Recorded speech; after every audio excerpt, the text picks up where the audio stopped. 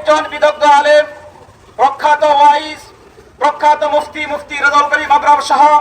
আসিফ আদনান সহ আরো অনেক ওলামায়ে কেরামকে মিথ্যা মামলা, জঙ্গি মামলায় ফাঁসিয়ে তারা মিথ্যা মামলা নাটকের আয়োজন করেছেন বর্তমান সরকার। আমরা আমাদের সর্বোচ্চ শক্তি দিয়ে সরকারকে বলতে চাই, এই ভারত উপমহাদেশে সেই ব্রিটিশরা পর্যন্ত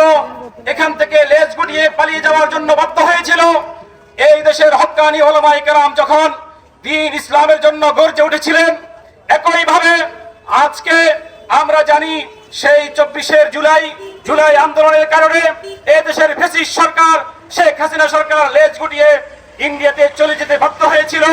যদি আবারও এই দেশে জঙ্গি মামলার নামে কোনো নাটক সাজানো হয়, তাহলে শেখ হাসিনা সরকারের যে দশা হয়েছিল বর্তমান সরকারের